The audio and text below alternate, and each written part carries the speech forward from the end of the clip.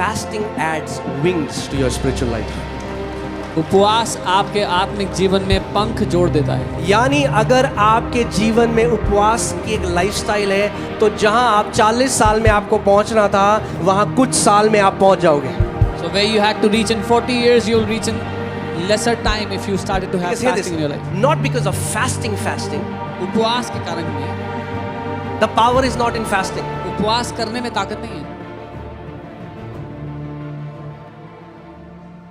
मैं फिर से बोलता हूँ, It's not fasting is not about fasting. उपवास करना उपवास करने के बारे में नहीं है, भूखे रहने के बारे में नहीं। आपने ये तार देखी, बिजली की तार है, हाँ, तार में सामर्थ्य नहीं है। The wire doesn't have the power. तार आपको सामर्थ्य से कनेक्ट करती है। The wire connects you to the power. Power is not in fasting, power is in God. But when you fast, you come under the right posture so that you can receive from God what He wants to do in your life. सामर्थ्य उपवास में नहीं, सामर्थ्य परमेश्वर में है, पर उपवास करना आपको सही स्थान पर ले आता है कि आप परमेश्वर से वो ग्रहण कर पाओ जो आपके जीवन में वो करना चाहता है। फास्टिंग करने से बाइबल कहती है we can humble ourselves. The Bible says we can, हम अपने आप को नम्र कर सकते हैं। सवाल ये आता है कि फास्टिंग क्या है? वो फास्टिंग मत करना जैसे पहले करते थे, हम भी करते थे पहले वैसे। Don't do the fasting. हम फास्टिंग कर रहे हैं। We are fasting. अब क्या कर रहे हो आप फास्टिंग में? What are you doing in fasting? हम फास्टिंग में क्या खाते हो? साबूदाने की वो खा रहे हैं, 4 केले खा रहे हैं, आप 2 संतरे खा लिए, काजू और बादाम भी खा लिए, और रात को आलू का कुछ छौंका मार के बना दो। ज्यादा खाया जितना नॉर्मल खाते थे। You ended up eating more than you ate a normal day. That's not fasting. वो उपवास नहीं। Fasting is the discipline of abstaining from food to grow in God. उपवास वो अनुशासन है कि आप खाने से दूर होके परमेश्वर में बढ़ते हो। ठीक है, फास्टिंग का मतलब खाने से दूर होना और उस समय को परमेश्वर में बढ़ने के लिए इस्तेमाल करना। अगर फास्टिंग एक रीति रिवाज होता तो यीशु मसीह कभी नहीं करता, क्योंकि वो रीति रिवाजों के सख्त खिलाफ था। If fasting was a tradition, Jesus would have never done it because he was against those traditions. If Jesus fasted, that is enough reason for me to follow him and have a lifestyle of fasting. अगर यीशु ने उपवास किया तो मेरे लिए एक बहुत बड़ा कारण है कि मैं उसकी नकल करूं और उपवास को एक जीवन शैली की तरह जीऊं। Or let me say this way, if the Son of God needed to fast, अगर परमेश्वर के पुत्र को उपवास करने की आवश्यकता then थी, you and me need to fast. तो आपको और मुझे उपवास की आवश्यकता है।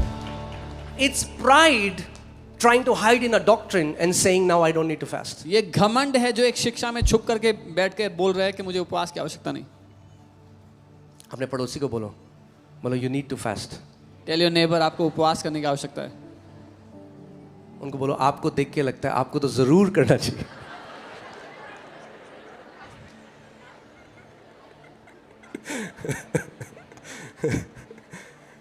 Amen.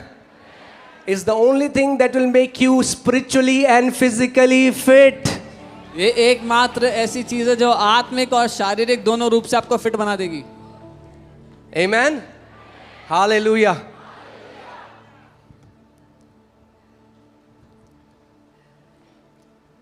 Okay, let me say this way. ठीक है, अभी तक सब सही है? So what we are doing in these 40 days, because we also understand what many people do is, कई बार लोग कोई टीचिंग सुनते हैं, वो एक्साइटेड हो जाते हैं और एक्साइटमेंट में इतना लंबा फास्ट कर देते हैं कि फिर हॉस्पिटल चले जाते हैं। नहीं, बुद्धि भी चाहिए। We need So wisdom. you build your capacity slowly. अपनी क्षमता को धीरे धीरे बढ़ाओ। तो ये जो 40 दिन है, हमें पता है आप में से हर कोई जॉब कर रहा है, आप काम पे जाते हो, तो what we will do is कि हम सुबह 6 बजे से शाम को 6 बजे तक उपवास करेंगे, ठीक है? We will fast from 6 in the morning till 6 in the evening. And you will just have one meal. और दिन में एक मील खाएंगे। One meal, एक मील, not one meal and 4 snacks. एक मील और 4 स्नैक्स नहीं। और फिर रात को दूध पी के सोए। One meal.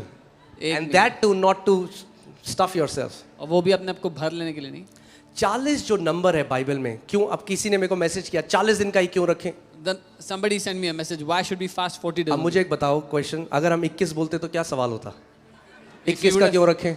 If we would have kept 21, then they would अब have said अगर why 1 का 21? रखते तो बोलते 1 का क्यों रखें? If you would have said 1 day, then we would have said 1. तो ये आप कुछ कर नहीं सकते उसका। You can do nothing पर about मैं this. आपको अब बता रहा हूँ कि 40 हमने क्यों रखा But है। I'm telling you why 40. Because 40 is the number of testing and preparedness.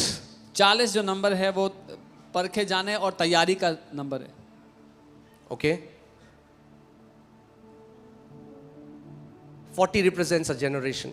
40 एक पीढ़ी को दर्शाता है। गिदोन इज़राइल के सेना को 40 दिन तक ललकारता रहा, और इसीलिए हिंदी में I'm sorry, गुलायत। गोलायत देखा, आपको पता ही नहीं चला, बाइबल पढ़ने की जरूरत है।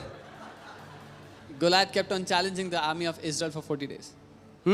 गुलायत ने क्या किया? 40 दिन तक इज़राइलियों की सेना को क्या किया? ललकारा।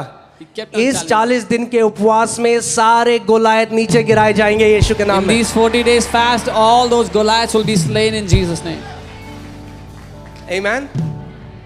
So you will see 40 days that testing happened. 41st day David killed Goliath. आप देखते हैं 40 दिन वो परखे गए और 41वें दिन दाऊद ने गोलायत को मार गिराया। 40 years Israelite were roaming in the wilderness. 40 साल इजरायली जंगल में घूम रहे थे। 41st year they entered the land of Canaan. 41वें साल में वो कनान देश में प्रवेश किया। Jesus was tempted for 40 days. 41st day he came out with the power of the Holy Spirit. 40 दिन यीशु परखा गया जंगल में, लेकिन 41वें दिन पवित्र आत्मा की सामर्थ्य को लेकर बाहर आया। Amen. I believe ये 40 दिन खत्म होके एक नए एरा में हम लोग एंटर करने जा रहे हैं यीशु के नाम में। मैं ये मानता हूं that we are going to enter into a new era after these 40 days in Jesus' name. Amen. Hallelujah.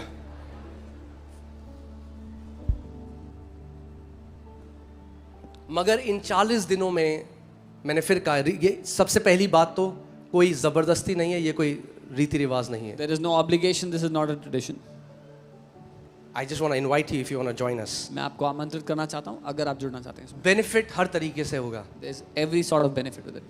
Spiritually, physically, emotionally, financially. कैसे फाइनेंशियली? भाई खाना कम खाओगे 40। No Swiggy and Zomato for 40 days. कोई स्विगी जोमेटो नहीं होगा 40 दिन के।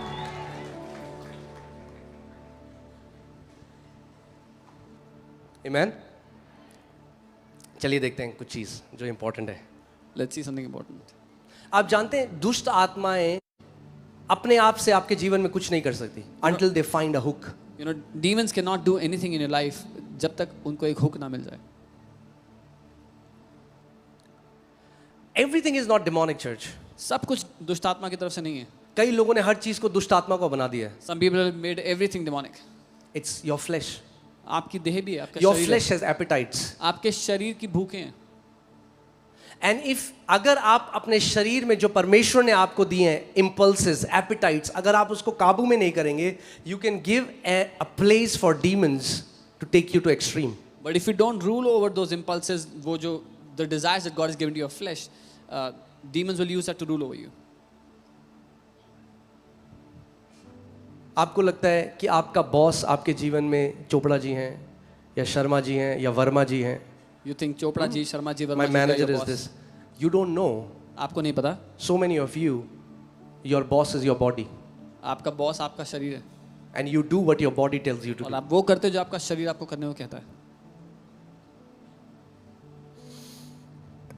Let's go to 1 Corinthians 9:25 to 27. पहला कुरिन्थियों 9 उसका 25 से 27। हर एक पहलवान सब प्रकार का संयम करता है। वे तो एक मुरझाने वाले मुकुट को पाने के लिए ये सब करते हैं, परंतु हम तो उस मुकुट के लिए करते हैं जो मुरझाने का नहीं। For everyone who compete for the prize is temperate in all things. Now they do it to obtain a perishable crown, but we for an imperishable crown. इसीलिए मैं तो इसी रीति से दौड़ता हूं, परंतु लक्ष्यहीन नहीं। मैं भी इसी रीति से मुक्कों से लड़ता हूं, परंतु उसके समान नहीं जो हवा में पीटता हुआ लड़ता है। परंतु मैं अपनी देह को, किसकी देह को? दूसरे की देह को नहीं, अपनी देह को मारता और कूटता हूं और वश में लाता हूं। But I discipline my body. Therefore I run thus not with uncertainty, that I fight not as one who beats the air. Therefore I discipline my own body and bring it under subjection. अब ध्यान से सुनो मेरी बात। पौलुस क्या कह रहा है? मैं किसको वश में लाता हूं? मैं अपने शरीर को। तो अगर शरीर हम हैं तो फिर ये मैं कौन है जो शरीर को वश में ला रहा है? If we are the body, then who is this me or I that says that they discipline their body? That means Paul is distinguishing himself from his body. Paul अपने आप को अलग बता रहा है अपने शरीर से. आप शरीर नहीं हो, ये आपको जानना बहुत जरूरी है. You are not the body. It's very important that you know. Say, I am not the body. कहीं मैं शरीर नहीं You हूँ. are not this body. आप ये शरीर नहीं हो. बहुत सारे majority of people are just living for this outward shell. Many people are living for this outward shell. मगर पौलुस कह रहा है मैं इस देह को अपने वश में करता हूं. तो वो मैं कौन है? Paul says, I bring this body under my subjection. Who's this I? बोलो मैं एक शरीर नहीं. Say, I'm not a body. फिर से बोलो मैं एक शरीर नहीं. I'm not a body. आप एक आत्मा हो. You are a spirit. आमेन. और क्योंकि शरीर नहीं और आत्मा हो, इसीलिए मरने के बाद भी नहीं मरोगे. And because you're not a body, you're a spirit. That's why after death you will not die. Okay. मैं अपनी देह को मारता कूटता और वश में लाता हूं. I discipline my body and bring it into इसका subjection. क्या मतलब है? मतलब अपोस्टल पॉल साइको था क्या? मारता था अपने आप को? Was Apostle Paul psycho? Was he hitting himself? हाँ? Is he talking about literally that I punch my? क्या वो घूसे मार रहा है अपने आप को ये कर रहा है? हाँ? क्या हमें मारना है अपने शरीर को इसको वश में लाने के Do we लिए? have to beat our body to bring it subjection? No. नहीं. He's talking an allegorical भाषा में आपको सिखा रहा है कि कैसे मैं अपने आप को, अपने शरीर को अपने वश में रखता हूँ. He's teaching allegorically how he keeps his body under his subjection. ये दिस. और अगर ये पौलुस बोल रहा है तो ये हम सब के लिए भी है. ध्यान से सुनो. And if Paul is saying this is for all of us. Lest when I have preached to others, I myself should become disqualified. कि ऐसा ना हो कि दूसरों को प्रचार करने के बाद मैं खुद डिस्क्वालीफाई कर दिया जाऊं, निकम्मा ठहराऊं. ऐसा ना हो, यानी बहुत सारे लोग किस पर ध्यान देते हैं? जो बाहर जाकर हम प्रचार करते हैं, लोगों के लिए प्रार्थना करते हैं. परमेश्वर किस पर ध्यान दे रहा है? जो आपका प्राइवेट जीवन है. So many people focus on when we go out and we preach and we do ministry, but what is God looking at? Your private life. वो कह रहा है ऐसा ना हो जब मैंने बाहर जाके औरों को तो सुसमाचार सुनाया, मैं खुद, हिंदी में क्या लिखा है, निकम्मा ठहरो, डिस्क्वालीफाई हो जाऊं. यहाँ पे जब आप, मैंने ओरिजिनल उसमें पढ़ा था, disqualified for service. You will no longer be fit for service. कि वो सर्विस, सेवा के लिए योग्य नहीं ठहरे या योग्य नहीं रहे. इस बात को आपको समझना है. हर एक कलीसिया का सर आज भी यीशु मसीह है. Even today, Christ is the कलीसिया head का of नाम every church. कुछ भी हो, इस हर एक कलीसिया का सर यीशु मसीह है. और अगर वो देखता है कि अगर एक अगुआ गलत कर रहा है और गलत लोगों का जीवन नाश कर रहा है, वो उस कलीसिया से लैम्प स्टैंड हटा देता है या उस व्यक्ति को because he is the boss, वो डिस्क्वालीफाई करता है. कहता है you are disqualified, you are no longer a minister of the. तू मेरा बेटा तो रहेगा मगर तू सर्विस नहीं कर सकता अब मेरी. Jesus is still the head of the church, and when he sees a leader of a church who's not walking rightly, he disqualifies that leader. He says, "You will be my son, but you will no longer serve me. You're not qualified for this." और किस context में पौलुस कह रहा है? वो कह रहा है अगर मैं अपने शरीर को काबू में नहीं रखूंगा तो ये शरीर ऐसी ऐसी चीजें करेगा जो मुझे इस सेवा से डिस्क्वालीफाई कर सकती है. And in what context is Paul saying? He's saying, if I don't bring my body under my subjection, this body will lead me to do such things that can disqualify me.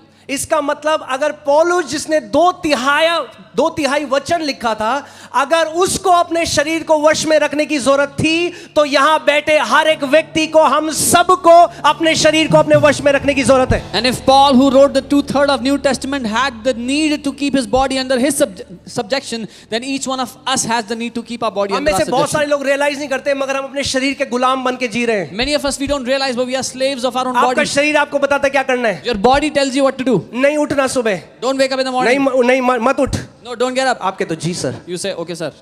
अभी ये खाना है, यही खाना है, ये cigarette चाहिए, ये शराब. आपका शरीर बोलता है, आप उसके गुलाम. जो शरीर बोलता है आप वो करते हो. Whatever your body tells you, you do it. Paul कह रहा है Paul नहीं, is saying मैं no. शरीर के वश में नहीं हूं, मैं शरीर को अपने वश में, अपने अधीन ले आता हूं. यही फास्टिंग करता है, उपवास आपको ये सामर्थ्य देता है कि आप अपने शरीर को अपने अधीन ले आओ. Paul says, no, I am not under my body's subjection. My body is under my subjection, and this is what fasting does. It brings your body under your subjection. Or let me say it this way, fasting, when you fast, you are telling your body, you are not the boss, I am the boss. जब आप उपवास करते हो, आप अपने शरीर से ये कह रहे हो कि तू बॉस नहीं है, मैं बॉस हूं. हाँ, आपका शरीर का छोले भटूरे, आप कहोगे चुप कर, बैठ यहाँ पे, परमेश्वर की आराधना कर, वचन पढ़. Your body will remind you of food. You say, be quiet, sit here and worship God. Amen.